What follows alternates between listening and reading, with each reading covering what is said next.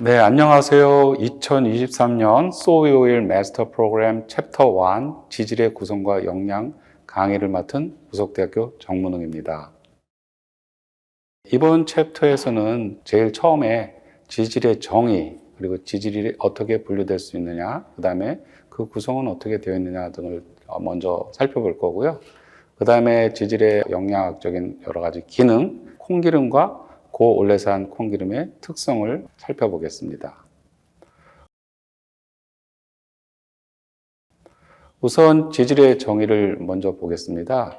지질이란 어떤 생명체가 생명 현상을 유지하기 위해 필요로 물질로서 비극성 용매는 잘 용해되나 극성 용매인 물에는 용해되지 않는 모든 물질을 총칭하여 지질이라고 합니다. 그래서 지질은 상대적으로 기름에 녹아있는 모든 물질을 다 지질이라고 할 수 있겠습니다. 그러면 지질은 어떻게 분류되는가? 그래서 세 가지로 크게 분류될 수 있는데요. 단순 지질이라는 게 있고요. 그 다음에 복합 지질, 그 다음에 유도 지질 이렇게 나눌 수 있는데, 단순 지질에는 이제 이걸 중성지방이라고도 하고요. 트리그리스라이드와 왁스가 여기에 속하고요. 그 다음에 인지질, 당지질은 인과 당이 지질에 복합되어 있어서 이런 지질을 복합지질이라고 합니다. 그 다음에 유도지질은 지방산이라든지 모노다이그리스라이드, 지용성 비타민, 카로티노이드, 알코올, 탄화수소 등 이런 여러 가지 물질들을 유도지질이라고 합니다. 네, 여기 보이는 그림은 트리그리스라이드를 보여드리는 건데요. 글리세롤 한 분자에 지방이 세 분자가 에스터 결합된 상태로 이렇게 결합되어 있는 건데요.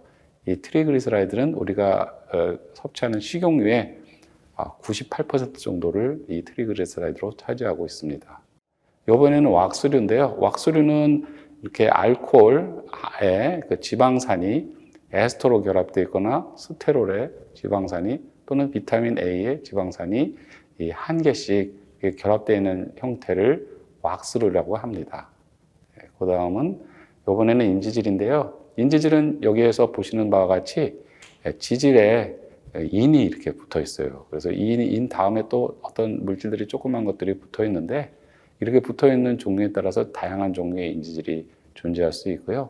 당지질은 이렇게 지질에 당이 이렇게 붙어 있습니다. 그래서 당지질은 대표적인 강글리오사이드라는 건데요. 이런 것들은 면역 조절에 상당히 중요한 역할을 한다고 알려져 있습니다.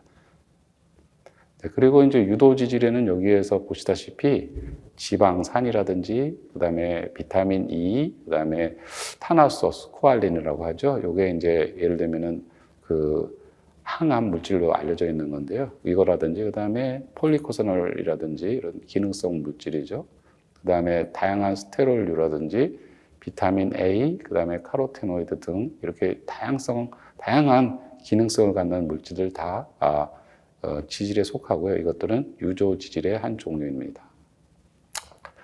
자, 그 다음에는 또 다른 또 지방산의 명칭을 한번 보겠는데요. 지방산의 명칭은 그 탄소수에 따라서 또 탄소에 들어있는 있는 이중결합의 수에 따라서 또 다른 거는 이중결합의 위치에 따라서 또 다른 거는 이중결합에 들어있는 구조에 따라서 이 여러 개의 이름으로 달리 불릴 수 있는데요. 탄소 수에 따라서는 탄소수가 작은 것은 단수의 지방산이라고 부르고요. 숏체인 패리 애시드. 그 다음에 탄소수가 중간 한 8에서 12개 정도는 중수의 지방. 그 다음에 14개에서 22개는 장수의 지방이라고 이렇게 해서 탄소수에 따라서 이렇게 분류가 될 수 있고요. 그 다음에는 이제 이중결합의 수가 하나 0개일 때, 하나일 때, 또 2개 이상일 때 달리 이름을 불리우는데요. 0개일 때는 포화지방산이라고 그러고요. 그 다음에 이중결합의 수가 하나일 때는 단일 불포화지방산, 그래서 무파, 모노세츄레이트 패리 애시드 이렇게 불리우고요.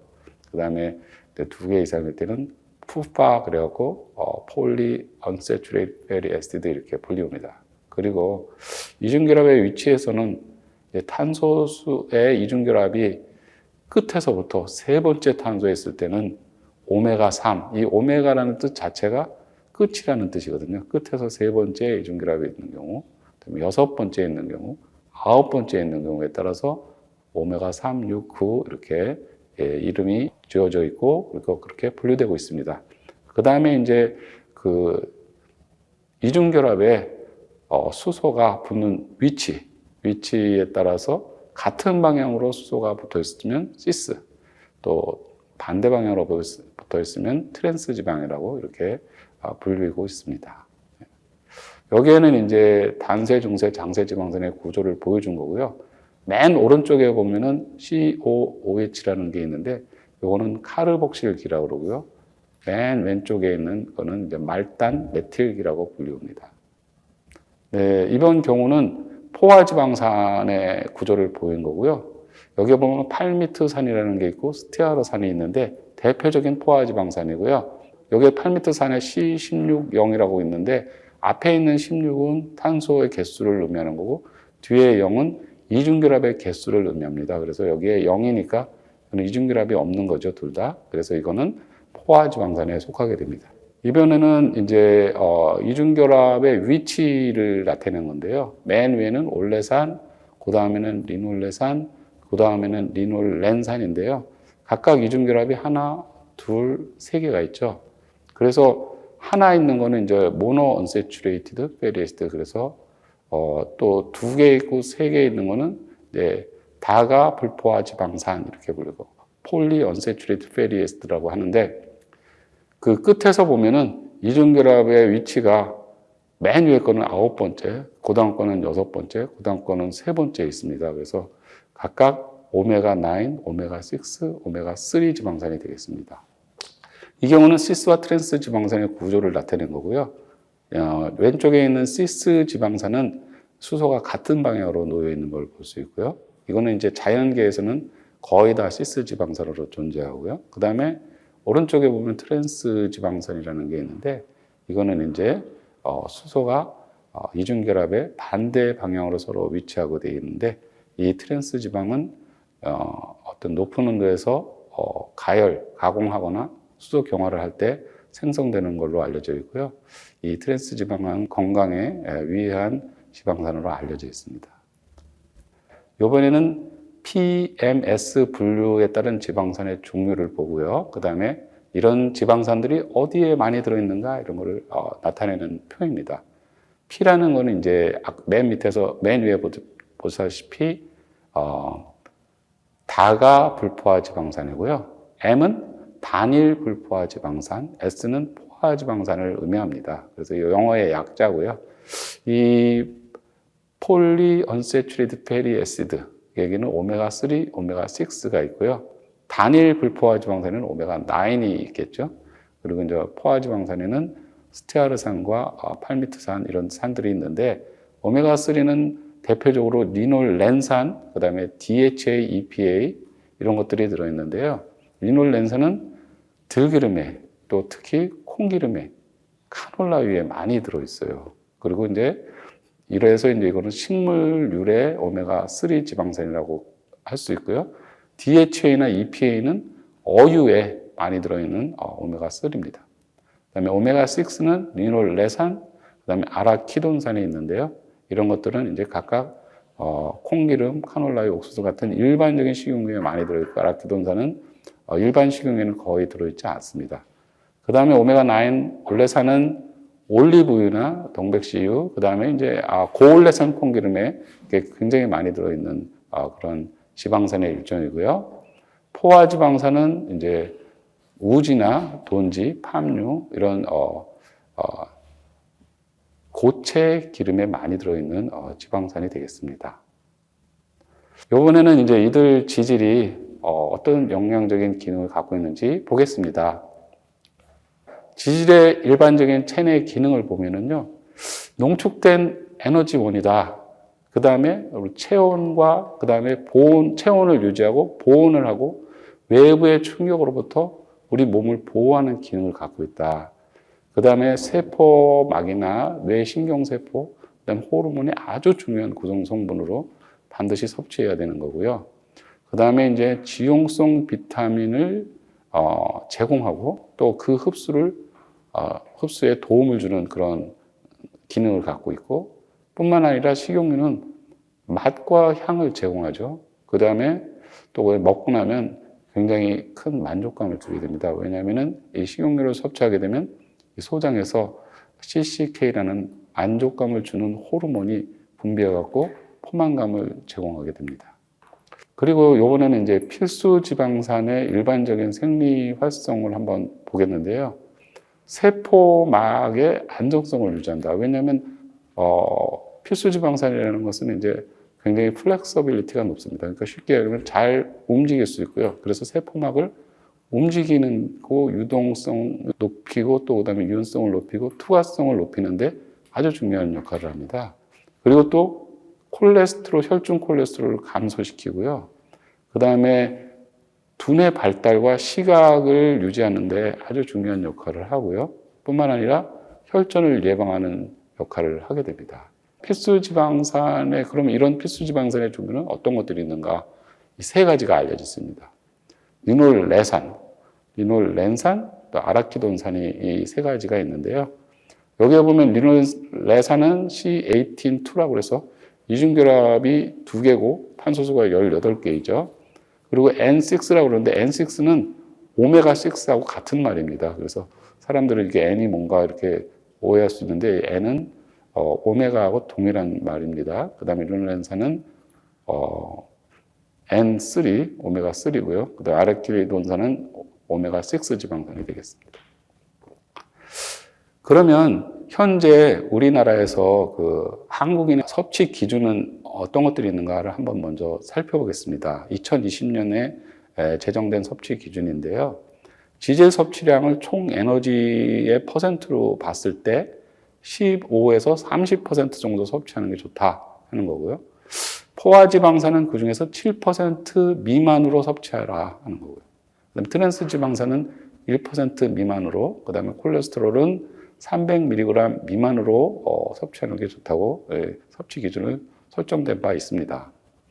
그런데 지금 이 한국인의 연도별 지방 섭취 에너지 비율을 보면요. 지금 현재 조금 꾸준히 이렇게 증가하고 있죠. 한 17, 8%에서 2020년에 한 23% 정도까지 올라가고 있는데 그 섭취 기준 30%는 아직 못 도달하잖아요. 그러니까 평균적으로 우리나라 사람들은 지방 섭취가 적정 비율로 섭취하고 있다는 것을 알 수가 있겠습니다. 네, 다음 표를 보겠습니다. 다음 그림을 보겠습니다. 여기에 보면 이거는 이제 한국인의 연도별 포화 지방 섭취 에너지 비율인데요. 2013년부터 이게 조사가 되었고 거기서부터 이제 제가 그림을 여기 따왔는데 여기에 보면은 꾸준히 증가하다가 2018년에 7%에 약 도달합니다. 그리고 2019년에 7%를 넘어서요. 그리고 2020년에는 거의 이제 8% 가까이 도달했는데요. 이거는 한국인의 섭취 기준 7%를 이미 넘어섰다는 걸 볼 수 있습니다. 그러니까 포화지방산을 너무 많이 먹고 있다는 걸 알 수가 있습니다. 이번에는 이제 콩기름 및 고올레산 콩기름의 특성을 한번 보겠습니다. 자, 이 그림은 여러 가지 식용유의 지방산 조성을 본 건데요. 왼쪽에 이제 주황색 표시는 포화지방산을 나타냅니다. 그래서 여기 보면 콩기름은 포화지방산이 굉장히 낮은 기름 중에 하나고요. 그 다음에 보면 올레산이 있고, 그 올레산은 비교적 적당량 들어있고요. 그 다음에는 리놀레산과 리놀렌산인데, 이 리놀레산과 리놀렌산은 아까 제가 말씀드렸던 필수지방산에 속하죠. 굉장히 함량이 높습니다. 그래서 두 개를 합치면 한 3% 정도 이렇게 되는 것 같아요. 그래서 굉장히 특히 그 노란색으로 되어 있는 리놀렌산, 오메가3 지방은 우리 현대인들에게 가장 부족한 지방산 중에 하나거든요. 근데 콩하고 카놀라유에만 월등하게 높고 다른 식용유는 거의 없는 걸 알 수가 있습니다. 그래서 여기에 보면 이제 식물성 유지의 종류에 따라서 지방산 조성이 매우 다르다. 그리고 콩에는 특이한 지방산 조성을 갖고 있다는 걸 알 수가 있습니다. 다음. 이 표에 보면 이 경우는 이제 콩기름과 고올레산 콩기름의 지방산 조성을 나타낸 건데요. 이것은 이제 제가 직접 분석을 한 데이터입니다. 콩기름 보면 아까 말씀드린 대로 그 C82 그래서 이게 리놀레산이죠. 55.14% 정도 들어있고요. 그다음에 C18-3 그래갖고 얘가 한 7.19% 들어있습니다. 그러니까 이게 이제 필수 지방산이 많이 들어있는 걸 알 수가 있죠. 그런데 반해서 고올레산 콩기름은 C18-1이라고 해서 올레산인데 이게 78% 엄청나게 많은 양이 올레산이 들어있는 걸 알 수 있고요. 그 다음에 포화지방산은 상당히 낮은 걸 알 수 있습니다. 그래서 일단 이 지방산 조성을 한번 봤을 때 콩기름의 영양적인 특성을 보면 영양학적으로 아주 우수한 지방산 조성을 갖고 있다는 걸 알 수 있어요. 포화지방 함량이 매우 낮다. 약 15% 정도. 그다음에 불포화지방은 굉장히 높다. 85% 정도. 필수 지방산 함량도 아주 높다. 약 62, 3% 정도의 필수 지방산이고요. 그 중에서 특히 리놀렌산, 이 오메가3 지방산이라는 우리가 현대인들이 가장 부족하기 쉬운 지방산을 비교적 많이들 갖고 있는 특성을 갖고 있다 하는 겁니다. 그래서 오메가6과 오메가3의 지방산 비율이 약 7.5대 1 정도로 유지하고 있어서 아주 우수한 지방산 조성을 갖고 있는 거고요. 그 다음에 이제 그것뿐만 아니라 항산화 비타민이라든지 식물성 스테롤을 함유하고 있다는 게 좋은 특성을 갖고 있습니다. 그리고 이제 고올레산 콩기름의 특성을 보면은요, 개선된 지방산 조성을 갖고 있다. 그전하고는 좀 다르죠, 지방산. 일반 콩기름하고는. 그리고 이제 뭐 다른 일반 식용유하고는 동일하게 트랜스 지방산은 물론 0이고요. 그 다음에 포화 지방산이 상당히 낮췄다는 거죠. 그래서 일반 대두에 보면은 대두에 비해서는 한 20% 정도가 낮은 상태고요. 전체 함량으로 따졌을 때는 한 10% 내외입니다. 그리고 이제 그 올레산 함량이 아주 높다. 75%. 그 다음에 이상이고요. 제가 측정한 바로는 한 78, 9%, 78에서 79% 정도 되고요. 리놀렌산 함량은 아주 낮췄다. 그리고 이제 이렇게 높은 올레산 함량으로 인해서 미국 식품의약품안전처에서는 건강에 유익한 식용유로 클레임이 가능하도록 지금 허가되어 있는 상태입니다. 특히 포화지방산을 식용유를 대체했을 때는 심혈관 질환의 예방 효과가 있다는 걸로 클레임이 가능합니다. 그 다음에 이제 이런 특성으로 인해서 다양한 식품에 응용할 수가 있어요. 이 고올레산 콩기름은 맛이 부드럽고 향이 부드러워서 여러 가지 식품의 식재료의 고유한 맛을 그대로 살릴 수 있는 식용유가 되겠고요.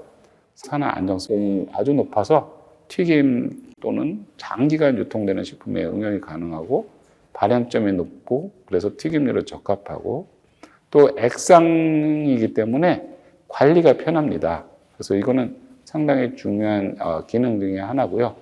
그 다음에 이제 산화 안정성이 높기 때문에 조리 기구에 특히 튀김기에 중합체가 이렇게 달라붙는 현상이 줄어들어서 세척 주기를 감소할 수 있게 됩니다.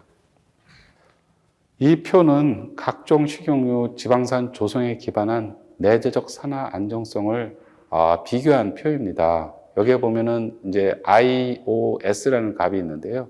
이 ISO 값은 낮으면 낮을수록 산화 안정성이 높은 걸 뜻합니다. 여기에 보면 콩기름은 IOS 값이 7.39인데 비해서 고올레산 콩기름은 1.95로 매우 높은 걸 알 수 있습니다. 그리고 또 팜유의 경우는 굉장히 산화 안정성이 높은 식용유로 알려져 있는데 1.4고요. 여기에 비해서 고올레산 콩기름도 상당히 유사한 산화 안정성을 갖고 있다는 걸 알 수 있고 다른 식용유와 비교해도 굉장히 높은 산화 안정성을 고올레산 콩기름이 갖고 있는 걸 확인할 수 있습니다.